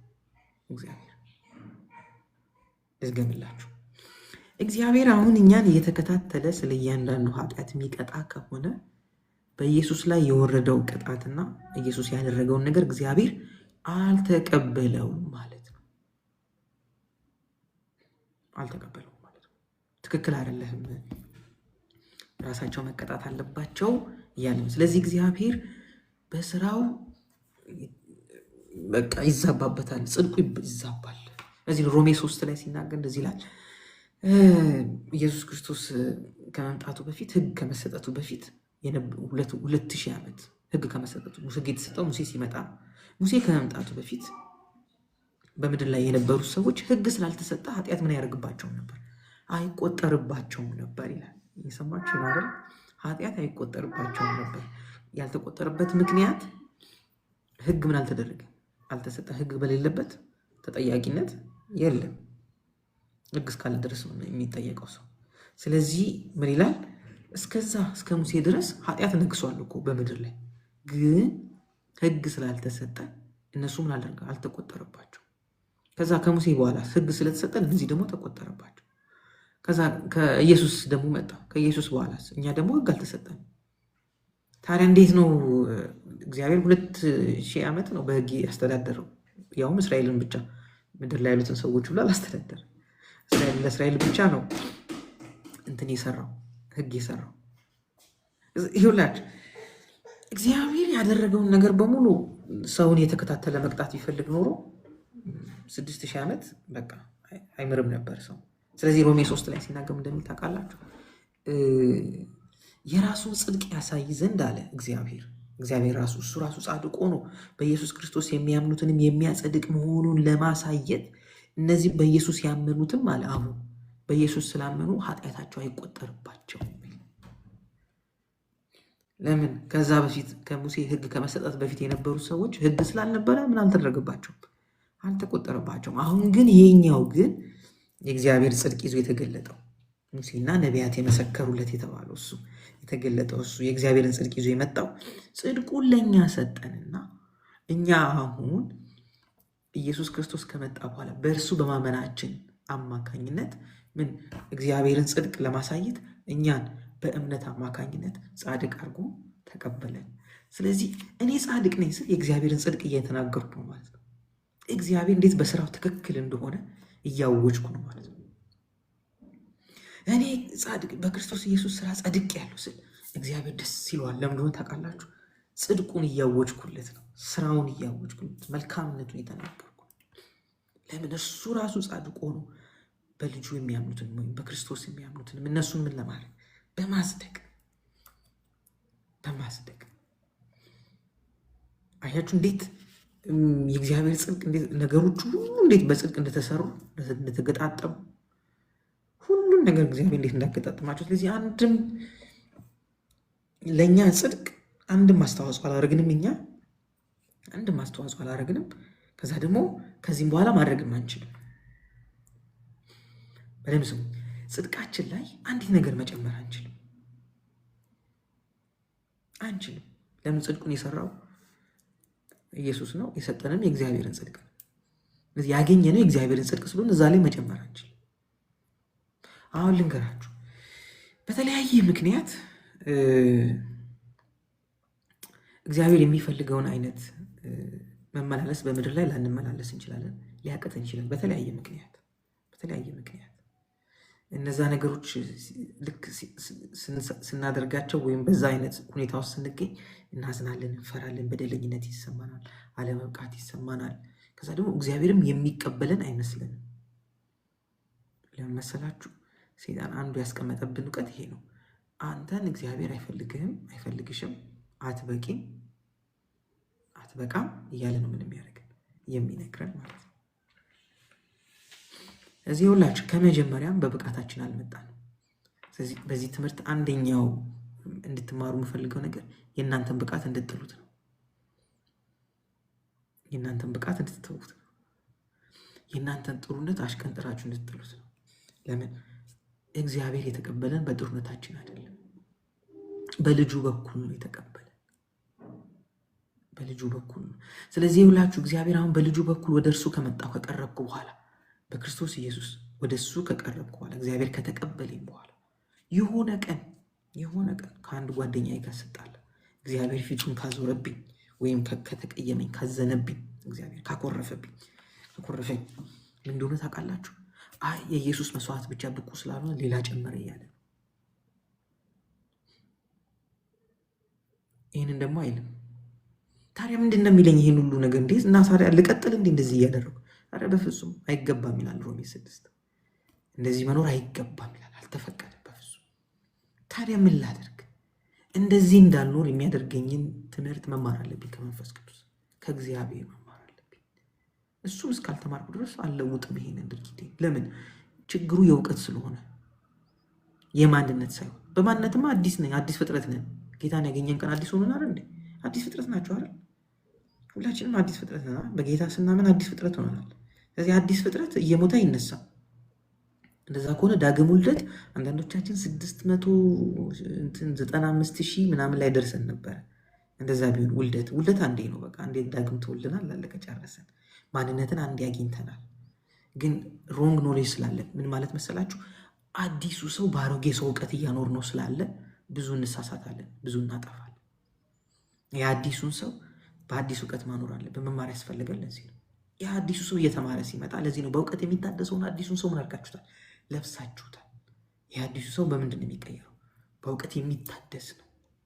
እዚህ እውቀት እስካልተለወጠ ድረስ አዲሱን ሰው ሌላ ነገር እንዲያደርግ ወይም እያደረገ ሲኖር ልናገኘው እንችላለን። ስለዚህ ዳግም ስላልተወለደ ነው አይደለም፣ ዳግም ስላልተወለደ አይደለም፣ አእምሮ ማደስ ስላልቻለ ነው እንጂ እግዚአብሔር ልክ ዳግም የተወለድን ቀን ጻድቅ አድርጎናል፣ አንጽቶናል፣ ንጽት ብለናል፣ ያለንከን አድርጎናል። እስቲ ያለንከን ነኝ በሉ። ለምን? የክርስቶስ ደም ነው ያደረገን። ትንሽ ነጥብ ካለብን ሊያየን አይፈልግም እግዚአብሔር፣ ትንሽ። እዚህ ነው ኃጢአታችሁ እንደ ደም ብትቀላ አይደል፣ እንደ በረዶ ነጭ የሚያነጻ እንደዚህ ነው። ነጭ ምንም ጠብ የምትል ነገር አትኖርም፣ አንዲት እንከን አትኖርም። ጥርት አድርጎ ነው ያነጻ። በእግዚአብሔር ፊት ምን አድርጎናል? ብቁ አድርጎ አቅርቦናል። ብቁ አድርጎ አቅርቦናል። በቃ እግዚአብሔር ሲያይን ቅር የሚሰኝበት ነገር የለም። ስለዚህ እግዚአብሔር ተቀብሎናል። በማን በኩል? በክርስቶስ ኢየሱስ በኩል። ስለዚህ እንደፈለግን እንኖር፣ እንደፈለግን ስንኖር ደግሞ ስራችንን አይቀበሉ፣ አይስማማም ከድርጊታችን ጋር። ስለዚህ እሱ ምን ማድረግ አለብን? እሱ መማር አለብን፣ መለወጥ አለብን፣ መቀየር አለብን። ግንስ ጻድቅ ስለሆነ እኛን ሁላችንም ምን አድርጎናል? ነፃ አድርጎናል፣ አንጽቶናል፣ ንጽት አድርጎናል። እሱ ከመጀመሪያ ጻድቅ ስለሆነ ሰውን ሲፈጥር የፈጠረው ከጽድቅ ነው። ሰው ሲጀምር የጀመረው ከጽድቅ ነው። ጽድቅ ስለነበር ነው መውደቅ የነበረው። ትዝ ይላችኋል። ሰው ሁሉ ኃጢአትን ሰርቷል፣ የእግዚአብሔርን ክብር ምን አድርጎታል? ጎሎታል። ከዛ ፊትስ ሰው እንዴት ነበር? በእግዚአብሔር ክብር ነበር። ሰው ሁሉ በእግዚአብሔር ክብር ነበር። ከዛ ኃጢአት ሲሰራ ምን ሆነ? ከእግዚአብሔር ክብር ጎደለ። ኢየሱስ ክርስቶስ መጥቶ ምን አደረገ? ወደ ክብር መለሰ። የሰጠኸኝን ክብር ምን አድርጌያቸዋል? ሰጥቻቸዋል። ለማለት ለሁሉ። ስለዚህ ከክብር ጋር ነበርን፣ ወደቀን፣ የተመለስነው ወደ ምንድን ነው? ወደ ክብር ነው። እሺ አንድ ጥያቄ ልጠይቃችሁ። ሰው መጀመሪያ ኃጢአት ሰርቶ ሲወድቅ የወደቀው በጸባዩ ነው ወይስ ያወቀው እውቀት በአመፅ ነው? በምንድን ነው የወደቀው? በአመፅ። ጸባይ አይደለም ሰውን የሚጥለው። ሰውን ውጤት ላይ የሚያደርሰው፣ ከፍ የሚያደርገው፣ ዝቅ የሚያደርገው ጸባይ አይደለም። ሰው የሚወድቀው፣ ሰው የሚነሳው ወይም ክብር አጣ ክብር በጸባይ አይደለም። ሰው የተነሳው የወደቀው ከእግዚአብሔር ክብር ምን ሲያደርግ ነው? ሲጎድል ነው። ያ ክብር መጉደል ደግሞ ማለት አመፅ ነው። አመፁ ከየት መጣ ካልን ከእውቀት ነው። ከማን? ሰይጣን ካካፈለው እውቀት፣ የውሸት እውቀት። ያ የውሸት እውቀት በሰው ልብ ውስጥ አመፅን ፈጠረ።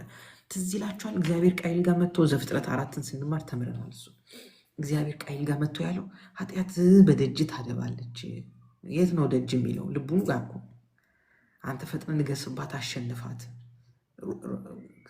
ለምን በቃ ገና ሮንግ ኖሌጅ እሱ ጋር ስለነበረ ሄዶ እንደሚያደርገው ምን አድርጓል? አውቋል። ሄዶ እንደሚያደርገው አውቋል። አመፅ በልብ ከተገኘ ለዚህ ነው ያዕቆብ ምዕራፍ 1 ላይም ይነግረናል። እያንዳንዱ ሰው ወደ ኃጢአት የሚሄደው እግዚአብሔር ፈተነኝ አይበል ማንም በራሱ ምኞትና ፍላጎት ምን ሲያደርግ።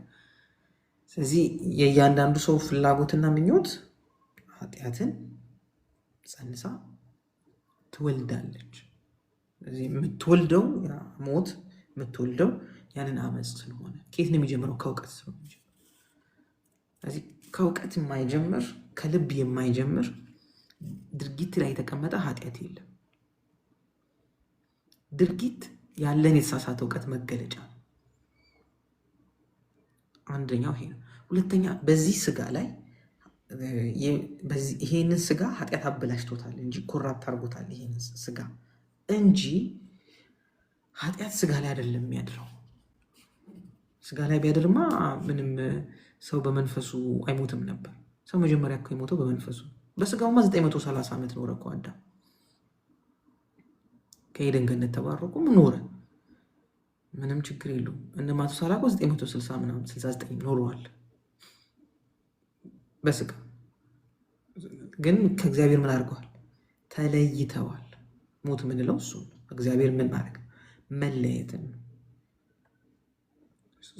ስለዚህ ስጋ ላይ ኃጢአት እንዳለ የሚያስቡ ሰዎች እንደዛ ከሆነ ሰው ሲሞት ከኃጢአት ተለየ ማለት ነው፣ በስጋ ሲሞት። ስለዚህ ኢየሱስ ሞት አይገባውም ነበር። ለምን? ሁላችንም በስጋ ስንሞት ከኃጢአት እየተለየን ወደ እግዚአብሔር እንሄድ ነበር። አይደለም። ኃጢአት ስጋ ላይ አይደለም የሚቀመጠው። ፈጽሞ አይደለም። እንደዛ የሚያስቡ ሰዎች ስላሉ ማለት ነው። እንደዛ ከሆነማ ግልግል ነበረ። በቃ አዲስ ስጋ አዘጋጅቷል እግዚአብሔር። ዝም ብሎ ሰው ሁሉ እየሞተ አዲስ ስጋ እየለበሰ ይስተካከል ነበር። ኃጢአት ኮራፕት ስላደረገው ይሄንን አካል አዲስ ስጋ እንለብሳለን እንጂ ኃጢአት እዚህ ላይ አይደለም ያለው። ይሄ በራሱ ይሄ ቅዱስም እርኩስም አይደለም። የምናውቀውን እውቀት ነው የሚተገብረው። ይሄ ከእግዚአብሔር ጋር ተባብረው ሲኖሩ የነበሩት ሰዎች ናቸው እኮ በዚሁ ስጋ ሌላ ነገር ሲያጠፉ የተገኙት አዳምና ሔዋን። ስለዚህ ሰይጣን ልክ ሲበሉ ፍሬው ሲበሉ ከፍሬው አይደለም የጀመረው። ምንም መብላት ኢየሱስ እንደተናገረው አያጸድቅምም አያረክስምም። ሰው የሚረክሰው ከልቡ በሚወጣው ሀሳብ ነው ብሏል እንጂ ወደ ውስጥ በሚገባ ነገር በመብላትና ባለመብላት ኃጢአት የለም። ይህን በደንብ ማወቅ አለብን። ፍሬ ላይ ኃጢአት የለም። አንዳንድ ሰዎች በጣም እንደ ትልቅ መገለጥ ነው ይህን የሚያወሩት እንትን ብለው በቃ ሲበላ ነው ሰው እንትን። ኧረ መብላት ምንም ቅዱስም እርኩስም አያደርግም። መብላት ፈጽሟል። አመፅ ነው ሰውን ከእግዚአብሔር የለየው። ኃጢአት ብሎ መጽሐፍ ቅዱስ የሚያስተምረው አመፅን ነው፣ መብላትና መጠጣትን አይደለም። አመፅ የሚባል ያ አመፅ ደግሞ የሚመጣው ከተሳሳተ ከክፉ ከሰይጣን እውቀት ነው። ያ የሰይጣን እውቀት ባልተገኘበት ጊዜ ሰው ሰላም ይኖር ነበር። ያ ክፉ እውቀት በተገኘ ጊዜ ግን ሰው ሁሉ ነገር ተበላሸበት። በቃ አለ። እዚህ አሁንም በክርስቶስ ኢየሱስ ሲሆን ነው ያ ከእግዚአብሔር የለየንን ኃጢአት የውሸት እውቀት ኢየሱስ መጥቶ ትክክለኛ እውነትን ነገረን። ስለ እውነት መጥቻለሁ አይደል ያለው?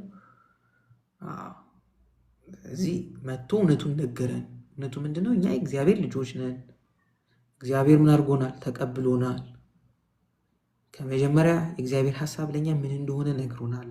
በልጁ በኩል ወደሱ ወደ አባታችን እንድንመለስ የተመለስን ቀን ወደ አባታችን የተመለስን ቀን መመለስ ራሱ የምንችለው እውነቱን በሰማን ጊዜ ነው። ካልሰሙ የተባለው የሚሰበከውን ወንጌል ነው። ወንጌሉ የምስራችሁ ምንድን ነው?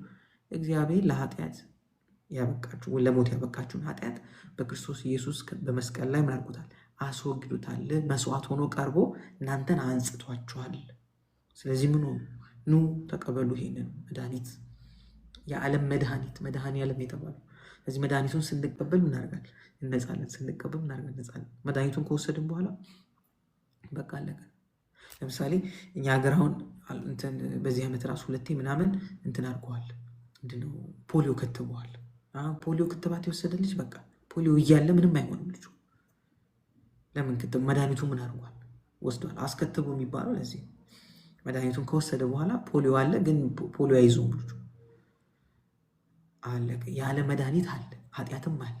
መድኃኒት ከወሰድን በኋላ ግን ኃጢአት የሚባለው አመፅ የሚባለው ሞት የሚባለው ከአሁን ከእግዚአብሔር ሊለየን አይችልም። ለምን? መድኃኒቱን ወስደናል። በቃ አለቀ።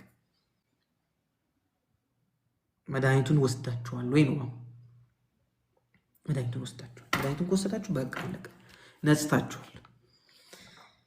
መድኃኒቱን ከወሰዳችሁ ተፈውሳችኋል። ከኃጢአት ተፈውሰናል፣ ከሞት ተፈውሰናል፣ ከሁሉም ተፈውሰናል፣ ድነናል። መዳን ማለት እሱ ስለሆነ ድነናል። ደህንነት ማለት እሱ ስለሆነ መዳን ደህና መሆን ስለሆነ፣ ስለዚህ ታመን ነበረ፣ ተጎድተን ነበረ። አሁን ምን ሆናል? ደህና ሆነናል መድኃኒት ካገኘን በኋላ። እግዚአብሔር ከመጀመሪያ ለሰው ያሰበው ጽድቅ ነበረ። አሁን መልሰን ምን አግኝተናል? ጽድቅ አግኝተናል። እግዚአብሔር ከመጀመሪያ ሰውን የፈጠረው በጽድቅ ነበረ። አሁን በክርስቶስ ኢየሱስን የፈጠረን ዳግመኛ የወለደን ለምንድን ነው? ለጽድቅ ነው። ስለዚህ ኢየሱስ በምድር ላይ ጻድቅ ሰው እንዴት እንደሚኖር አሳይቶናል። በቃ ጻድቅ ሰው እንዴት እንደሚኖር ስላየን እሱን እያየን ምን ማድረግ ነው? መኖር ነው። በፊት ግን አናውቅም ጻድቅ ሰው እንዴት እንደኖረ አናውቅም። ጻድቅ ሰው እንዴት እንደሚኖር አናውቅም። ስለማናውቅ ያየናቸው ሰዎች ሁሉ እነሱ ልክ ይመስሉናል።